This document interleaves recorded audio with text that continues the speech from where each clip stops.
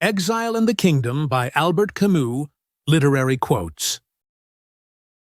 The following video content presents and discusses literary quotes crafted to enhance your academic study, deepen literary analysis, and inspire your writing. If you're interested in Albert Camus's philosophy quotes, click the link below or explore our channel's philosophy series. Albert Camus's Exile in the Kingdom is a collection of 6 stories that delve into the complex relationships between individuals and the societies they inhabit, exploring themes of alienation, existential conflict, and the pursuit of meaning. Through vivid characters and evocative settings, Camus paints a picture of individuals struggling with their place in the world, often caught between the desire for connection and the inevitability of isolation. The collection, written in Camus' characteristically evocative prose, invites readers to reflect on the human condition and the paradoxes inherent in our attempts to find freedom and belonging. Quote 1. "What a country," Marcel said.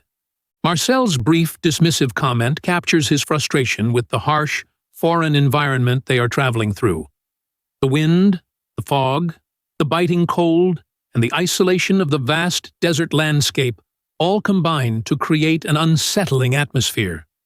The unfamiliarity and desolation evoke a sense of discomfort and discontent in Marcel. His reaction to the surroundings reflects his inability to understand or appreciate the place beyond its immediate inconvenience, highlighting a cultural and emotional distance between him and the land. Quote 2. No, she was not alone. Janine reflects on her life choices and the companionship she shares with Marcel. Despite the flaws in her relationship and her doubts about Marcel, she appreciates the sense of being seen and needed that his love gives her. This line conveys her deep-seated fear of loneliness, the struggle between independence and the comfort of being loved, and her willingness to settle for security over true passion. The memory of her younger self, contemplating her future, juxtaposes her current reality, adding a sense of nostalgia and resignation. Quote 3. No, nothing had happened as she had expected. This quote reveals Janine's growing realization of how her life has deviated from her youthful expectations. She had once dreamed of adventures filled with palm trees and soft sand, but instead, she finds herself in a barren, stony landscape and a marriage devoid of passion. This disparity between dream and reality emphasizes Janine's feelings of disappointment and unfulfillment. Her thoughts on the desert, which she had romanticized, further symbolize the gap between her aspirations and the reality she faces, contributing to her sense of being trapped. Quote 4. She was waiting, but she didn't know for what. This moment reflects Janine's existential unease as she stands in the cold room of the hotel. She feels a profound sense of emptiness and a lack of direction. The cold of the bare, unfamiliar room amplifies her feelings of isolation and disconnection. Janine's sense of waiting symbolizes a longing for something more, a sense of purpose or an emotional awakening that has not materialized in her life. This emptiness and waiting hint at her deep internal struggle with her own desires and the choices she has made. Quote 5. It seemed to her that the world's course had just stopped, and that, from that moment on, no one would ever age any more, or die. On the terrace of the fort, Janine is struck by the vast, uninterrupted view of the desert. In this moment of profound stillness, she feels disconnected from the passage of time, as if the world has paused. This represents a fleeting sense of liberation from her mundane life and the pressures that accompany it. The limitless desert offers her a glimpse into a timeless existence, free from the constraints of aging or mortality. It is a powerful moment of transcendence, a temporary reprieve from her ongoing struggles, yet it also hints at the impossibility of sustaining such a state. Quote 6.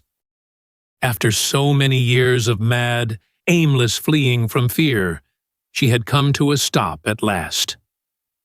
As Janine stands on the terrace, she has a powerful realization. She feels that her entire life has been a series of attempts to escape her fears without understanding them. This moment on the terrace represents a sudden stillness, a break from the ceaseless motion that characterized her life. For the first time, she stops and allows herself to feel a deeper connection with her surroundings. This marks a significant emotional awakening, where the vast desert and the night sky symbolize both her own fears and the possibility of freedom from them, albeit fleeting. Quote 7. She knew that this kingdom had been eternally promised her, and yet that it would never be hers, never again, except in this fleeting moment. Perhaps. Janine looks out at the desert and feels an emotional connection to the nomadic life, a sense of freedom that has always been out of her reach. She realizes that this life, symbolized by the vast, untouched landscape, offers a kind of liberation that she has never experienced and likely never will. The kingdom symbolizes the possibility of a different, freer existence, something promised but unattainable. Her recognition of this reality brings a sense of bittersweet melancholy, as she knows that this brief moment of connection with the desert is the closest she will come to realizing that freedom. Quote 8. She was merely waiting for her fluttering heart to calm down and establish silence within her. After her run to the terrace, Janine finds herself on the edge of an emotional and physical release. She waits for the pounding of her heart to settle, symbolizing her hope for an inner peace that has eluded her throughout her life. The silence she longs for is not just a physical quiet, but an emotional and spiritual stillness, a reprieve from her internal conflicts and the tension of her unsatisfying existence. This moment on the terrace represents her attempt to connect with something larger than herself, to find meaning beyond the confines of her daily life. Quote 9. Catholicism is the sun, he used to say, and he would get me to read. He beat Latin into my hard head. The missionary priest uses Catholicism as a metaphor for the sun, representing warmth, light, and salvation. The quote captures the young protagonist's upbringing and the rigid indoctrination he received. The sun metaphor also conveys a kind of promised enlightenment, but the harsh methods of forcing education, symbolized by beating Latin, reveal a disconnect between the supposed warmth of religion and the strict, often cruel discipline imposed. The contradiction in the priest's message and his actions begins to seed disillusionment in the protagonist, who starts to feel the false promise of freedom and enlightenment. Quote 10. They all expatiated on the subject at the seminary to discourage me, pointing out the necessity of waiting, that it was not missionary country, that I wasn't ready yet. This quote reveals the protagonist's frustration with the restraints placed on his aspirations by those around him at the seminary. He yearns to embark on his mission immediately, to prove himself by going to the most dangerous, barbarous regions and converting people there. However, he is told to wait, to prepare, which only amplifies his sense of impatience and leads him to question the authenticity of those who hesitate. This captures his desire for validation and the ambition that ultimately becomes one of his key motivators for rebellion. It also underscores the growing gap between his idealized vision of missionary work and the cautionary approach advised by his mentors. Quote 11. I dreamed of absolute power, the kind that makes people kneel down, that forces the adversary to capitulate. Here, the protagonist expresses a deep desire for domination and control. Unlike the typical ideals of missionary work, which focus on compassion and conversion through faith, he craves the power to subjugate others, to see them submit completely. This hunger for power reveals his twisted perception of his mission, a far cry from the humility and service he was originally taught. His desire to rule over the adversary speaks to a need to assert himself, to compensate for the humiliation and powerlessness he has experienced in his life. It also foreshadows his eventual descent into madness and violence. Quote 12. When I fled the seminary in Algiers, I had a different idea of the savages, and only one detail of my imaginings was true. They are cruel. This quote encapsulates the protagonist's growing disillusionment with the ideals he once held. His flight from the seminary symbolizes his rebellion against the imposed constraints, and his determination to discover the savages on his own terms. However, the only part of his expectation that proves correct is the cruelty of the people he encounters. This realization deepens his resentment, as the romanticized mission to civilize and convert turns into a bitter confrontation with a harsh reality. The protagonist's naivety is shattered, replaced by the bleak truth of brutality, both in others and within himself. Quote 13. The shade here is good. How can anyone live in the city of salt, in the hollow of that basin full of dazzling heat? In this passage, the protagonist reflects on the unbearable conditions of Tagasa, the city of salt. The heat and harsh environment represent not just physical discomfort, but also the emotional and spiritual desolation that he feels. The shade offers temporary relief, highlighting the intense, overwhelming nature of his surroundings. The city, with its blinding salt and scorching heat, becomes a symbol of the cruelty and inhumanity that dominate the protagonist's experience. The quote conveys the physical toll the environment takes on him, mirroring the inner turmoil and madness that have taken root in his mind. Quote 14. I knew that I was now consecrated to him to serve him, adore him. No, I was not laughing anymore. Fear and pain stifled me. This quote marks a significant turning point for the protagonist, where he acknowledges his submission to the fetish and the new masters. The initial laughter, a defense mechanism against the violence inflicted on him, dissipates as fear and pain overwhelm him. The word consecrated suggests a perverse form of devotion, indicating that he has been forced into a twisted form of worship. The transformation from a missionary with aspirations of spreading love to a fearful devotee of the fetish underscores the complete erosion of his former beliefs. The shift from laughter to fear symbolizes his loss of hope and the beginning of his spiritual enslavement. Quote 15. I freely became its tortured, hate-filled citizen. I repudiated the long history that had been taught me. In this quote, the protagonist fully embraces his new identity as a follower of the fetish. He rejects everything he once believed in, the teachings of the seminary, the values of his homeland, and the ideals of love and goodness.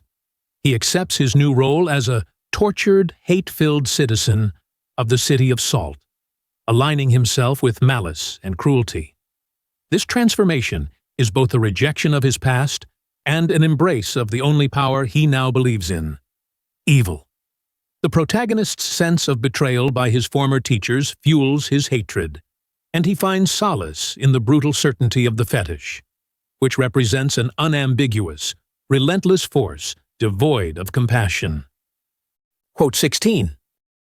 How pleasant is the sound of a rifle butt on the face of goodness, today, today at last, all is consummated. This line reveals the protagonist's complete moral decay and his embrace of violence. He takes pleasure in the brutal act of striking the missionary, an embodiment of the goodness he once aspired to represent. The rifle butt on the face of goodness symbolizes his total rejection of the ideals of love, compassion, and sacrifice. The repetition of today, today at last suggests a long-awaited moment of satisfaction, as if all his pent-up hatred and frustration have finally found release. The protagonist believes that his act of violence against the missionary is the culmination of his journey, a twisted fulfillment of his purpose.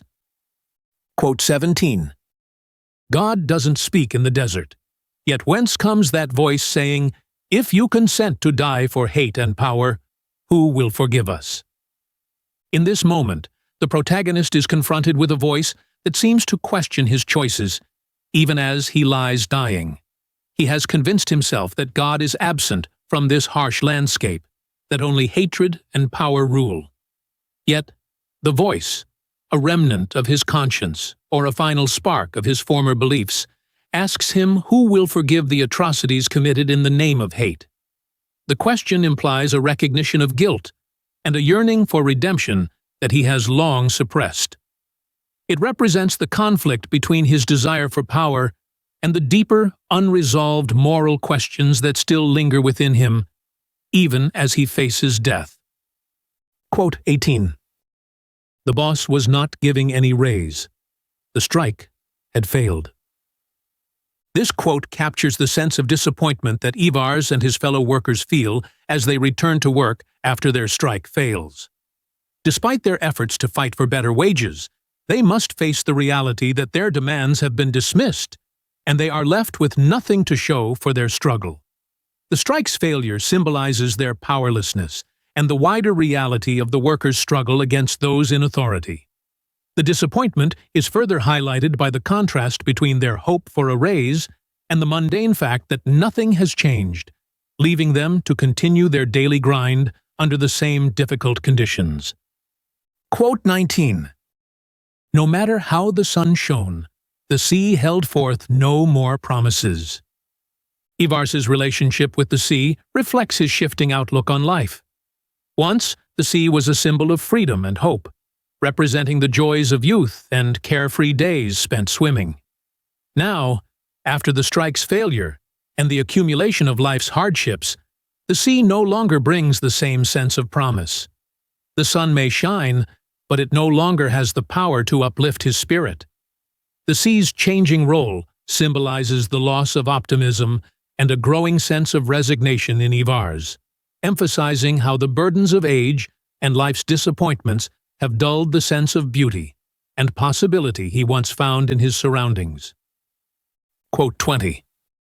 They were silent, humiliated by this return of the defeated, furious at their own silence. This quote describes the painful emotions experienced by the workers as they return to the shop in defeat after the failed strike. Their silence reflects not just the failure of their collective action, but also their sense of humiliation. They had hoped to achieve something meaningful through their strike, and now, in returning quietly, they feel stripped of their dignity. The silence itself becomes a symbol of their powerlessness, and their frustration is heightened by their inability to express their feelings openly. This moment highlights the workers' sense of alienation and the crushing weight of the realization that their voices and actions have no significant impact against the authority of their boss. Quote 21. I merely want to add this. What I can't do today, I may perhaps be able to do when business picks up. The boss, Monsieur Lassalle, tries to make amends with the workers after the strike ends, offering the vague promise of improvement in the future. His words are an attempt to ease the tension, but they fail to convince the workers who have already heard such promises before. The phrase, may perhaps, reveals the uncertainty of his offer, emphasizing the lack of real commitment. Lassalle's plea highlights the imbalance of power between the employer and the workers.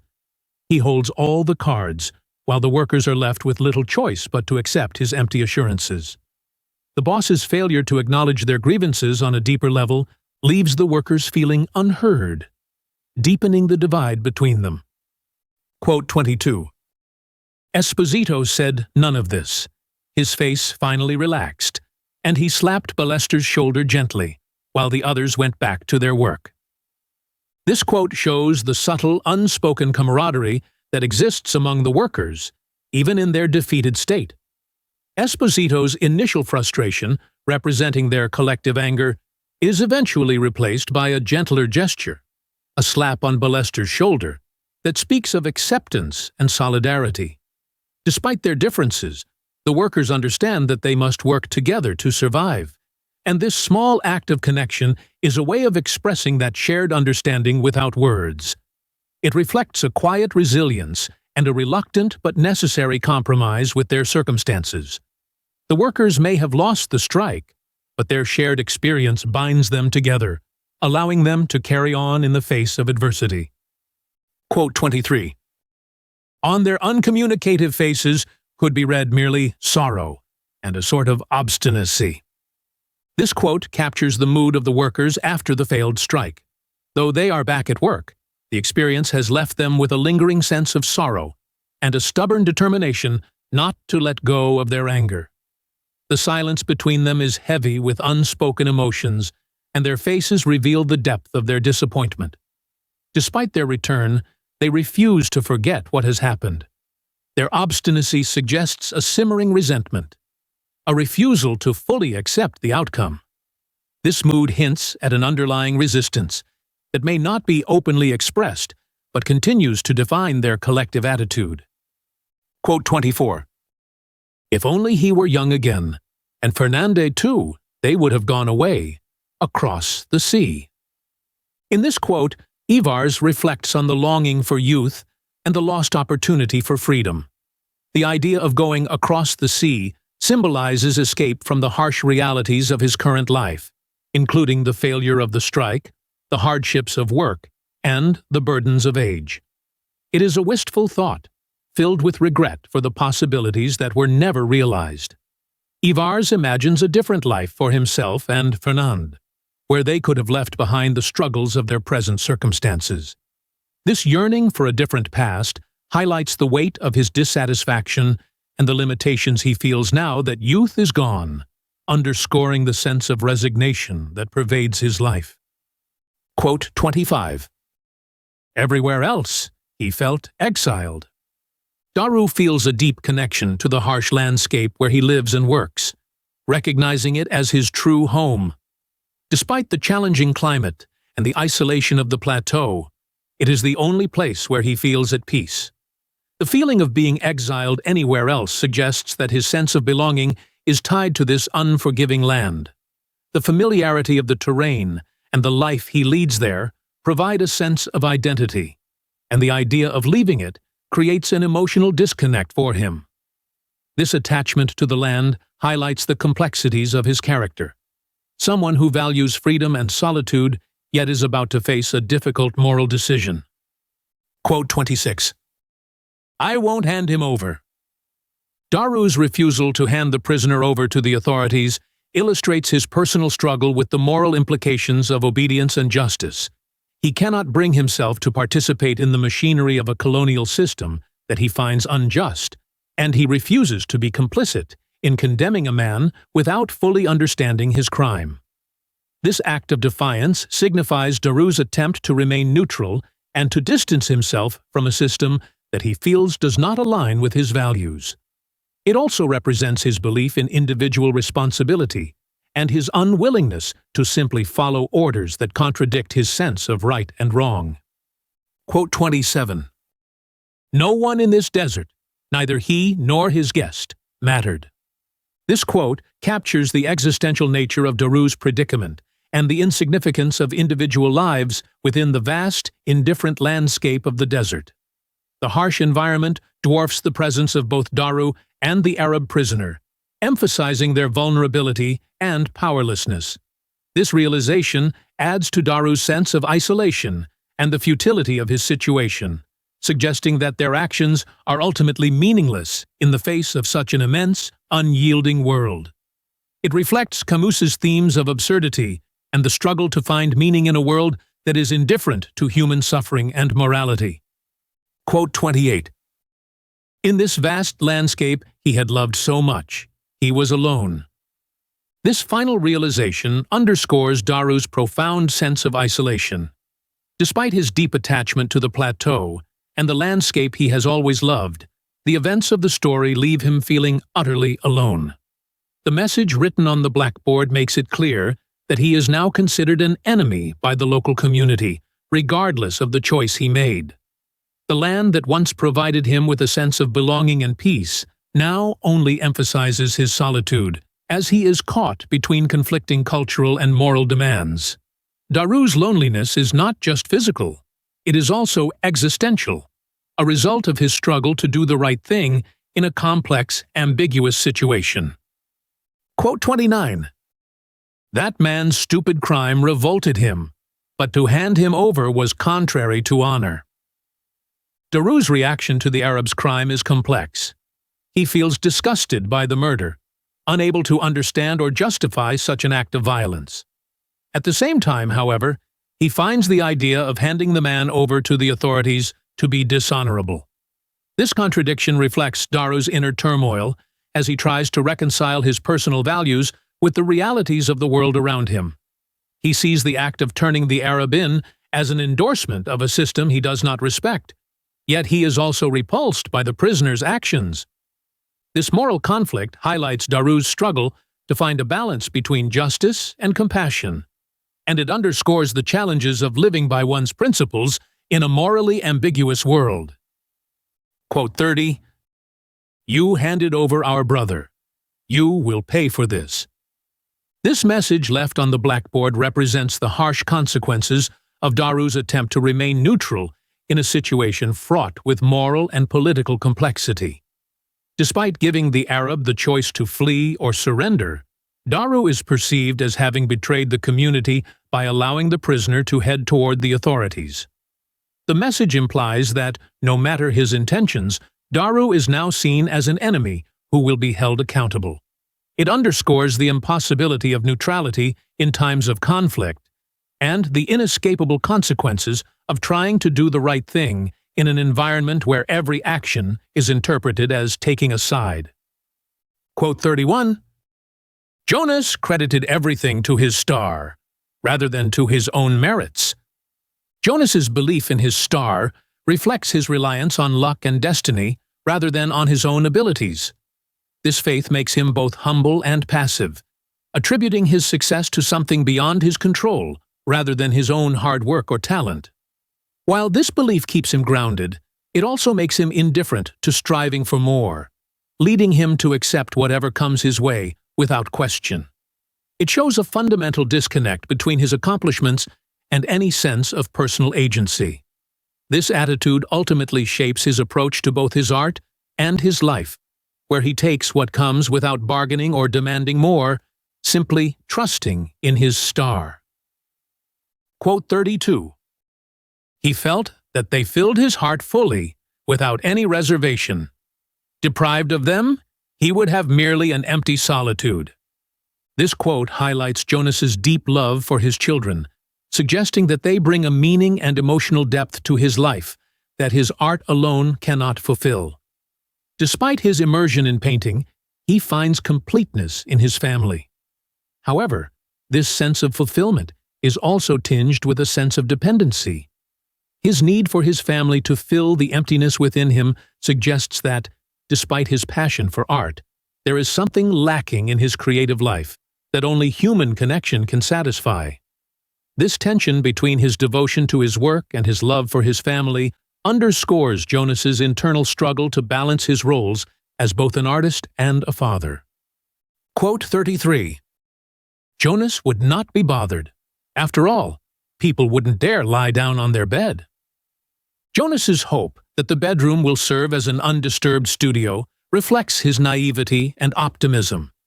He wants to create a space where he can focus on his work, but his expectation that people will respect this boundary is ultimately unrealistic. The quote reveals Jonas's inability to establish clear boundaries between his work and the demands of his social circle. It also highlights the irony of his situation. He is constantly seeking a place to work in peace, but remains unable to achieve it due to his own passive nature and the constant intrusions of others. This foreshadows his eventual retreat to the loft, where he attempts to find solitude at any cost.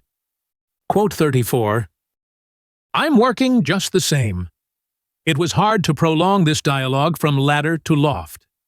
Jonas's statement that he is working just the same, despite being secluded in the loft without painting, signifies his shift from physical creation to a more introspective mental process. He tells himself that being in isolation, even without actively painting, is still part of his creative work. However, this retreat to the loft and his vague, evasive responses indicate a deeper struggle. The conversation from ladder to loft symbolizes the growing gap between Jonas and those around him, as he distances himself not only from his social life, but also from his art. His isolation reflects his increasing detachment from the world, as he searches for inspiration and meaning in a place where he is removed from everything that once fueled his creativity. Quote 35. He listened to his own heart. The sounds that reached the loft seemed not to concern him anymore, even when addressed to him. Jonas's retreat into the loft is an effort to find solitude and reconnect with his art, but instead, he becomes disconnected from everything around him. Listening to his own heart symbolizes his search for a deeper, personal truth. Yet the world outside seems distant and irrelevant to him now. This detachment indicates Jonas's withdrawal from the demands of social obligations, family, and even his art as he attempts to find something that eludes him, a sense of purpose or inspiration. His disconnection from the world that once gave his life meaning shows how his search for isolation, rather than leading to greater creativity, has instead led to an emotional void. Quote 36.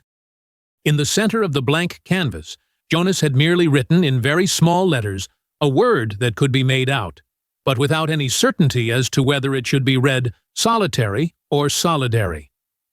This quote encapsulates the central tension in Jonas's life, whether he is ultimately solitary or solidary.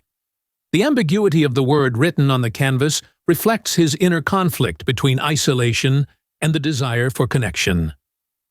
Jonas has spent much of his life oscillating between the need for solitude to focus on his art and the love he has for his family and friends.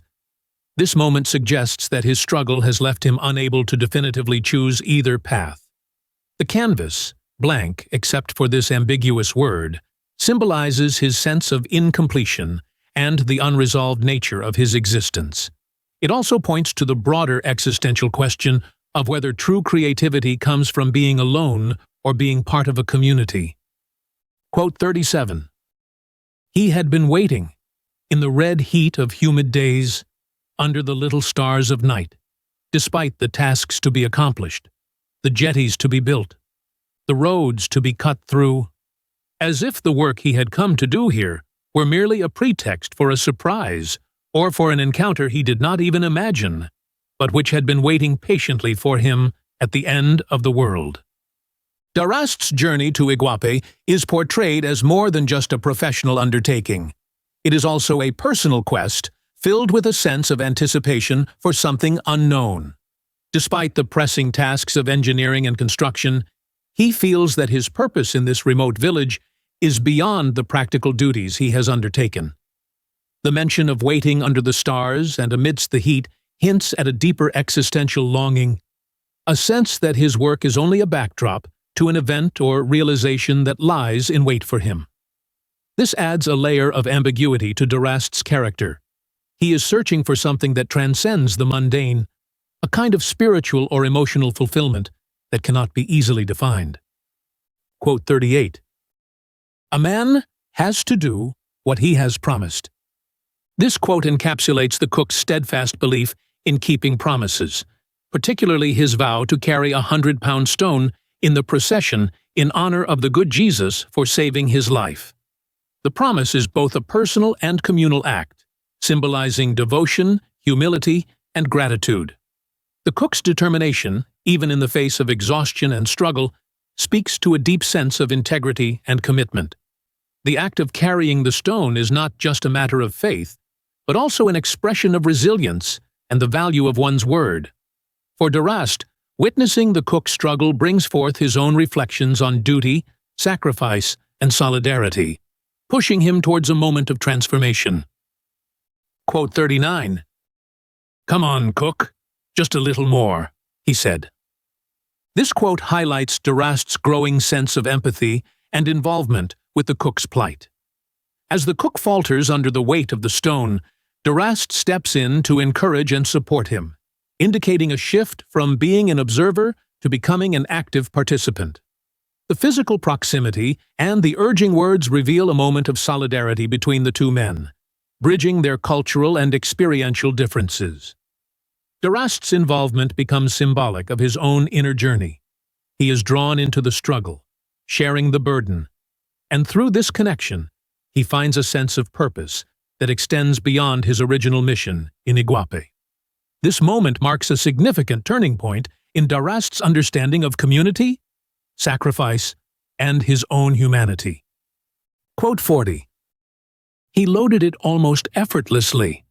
His head pressed down under the weight of the stone, his shoulders hunched, and breathing rather hard, he looked down at his feet as he listened to the cook's sobs.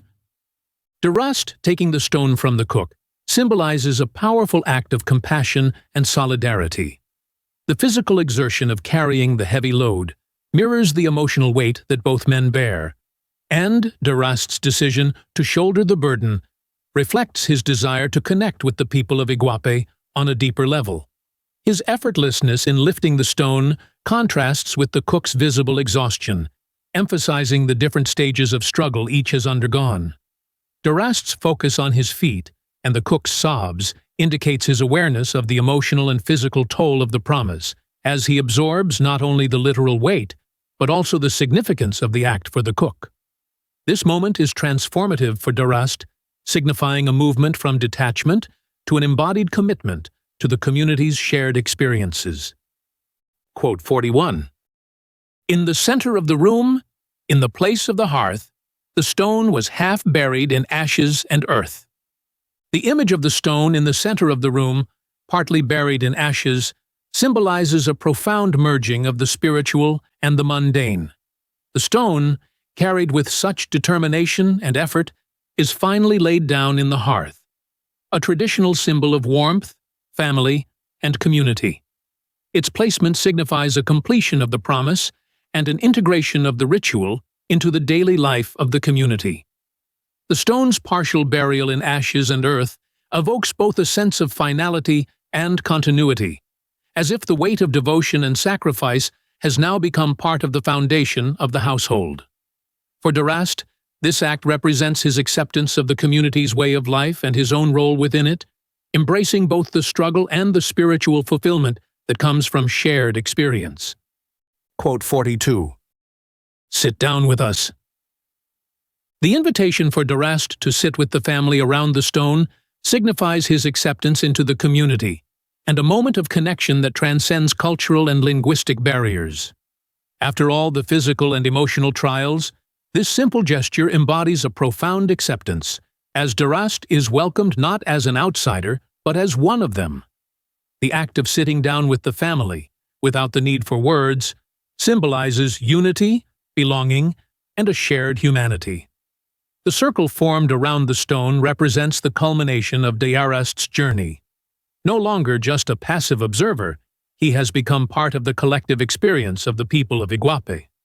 This moment of stillness and communion offers a sense of peace and fulfillment, closing the story on a note of solidarity and quiet triumph. The stories in Exile and the Kingdom bring us face to face with the fundamental struggles of human existence: freedom versus confinement, community versus solitude, and the search for authenticity.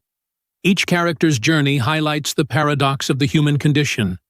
We seek connection, yet often find ourselves isolated, striving for freedom, but bound by the limits of society and our own nature. Through his exploration of exile, both physical and spiritual, Camus captures the profound loneliness of individuals caught between opposing forces, ultimately leaving us to ponder the meaning of our own place in the world.